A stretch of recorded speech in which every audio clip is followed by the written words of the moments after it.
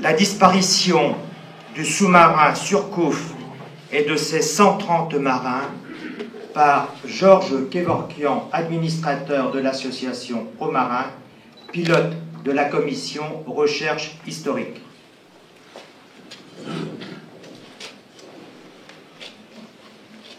Le croiseur sous-marin Surcouf, 4218 tonnes en plongée, fleuron de la flotte sous-marine française du moment, construit par l'arsenal maritime de Cherbourg, est admis au service actif le 16 avril 1934.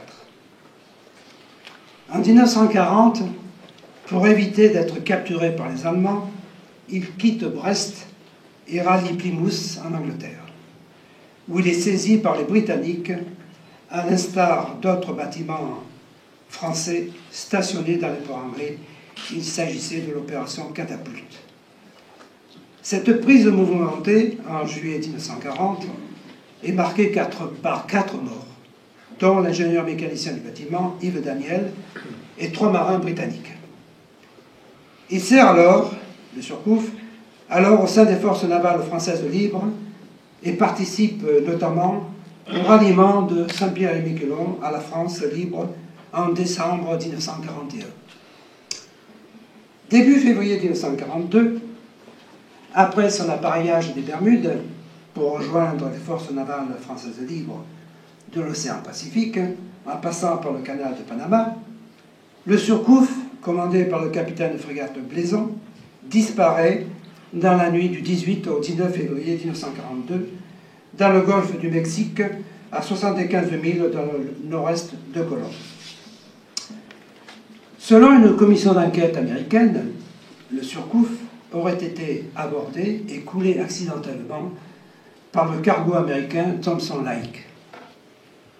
Cependant, une autre hypothèse évoque une méprise et l'attaque, suivie de la destruction du Surcouf, par des avions américains qui l'auraient pris pour un sous-marin allemand. En effet, l'US Air Force avait déjà attaqué dans la zone des Caraïbes des sous-marins allemands dont les incursions y étaient connues. Par ailleurs, le Surcouf s'est arrêté plusieurs fois aux Bermudes, notamment pour débarquer les marins malades en vue de les soigner dans un hôpital. Le Surcouf repose par 3000 mètres de fond. Avec le sous-marin disparaissent 127 marins français, ainsi qu'un officier de liaison et 2 marins britanniques détachés à bord.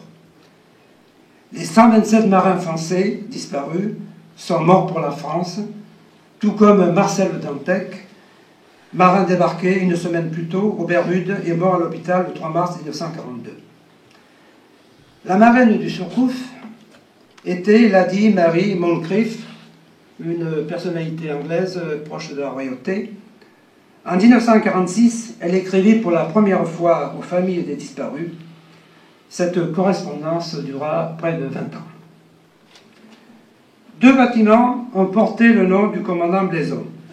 Un sous-marin ex-allemand, U-123, qui était une prise de guerre de 1945, de 1947 à 1957, et l'aviso commandant Blaison, admis au service actif en 1982, parrainé par la ville de La Palisse, La Palisse étant la ville natale du commandant Blaison. Ce bâtiment est en mer actuellement. 5 bâtiments ont porté le nom de Surcouf, le croiseur sous-marin étant le 3e, et le 5e, une frégate furtive admise au service actif début 1997, parrainée par la ville de Saint-Malo et actuellement basée à Toulon.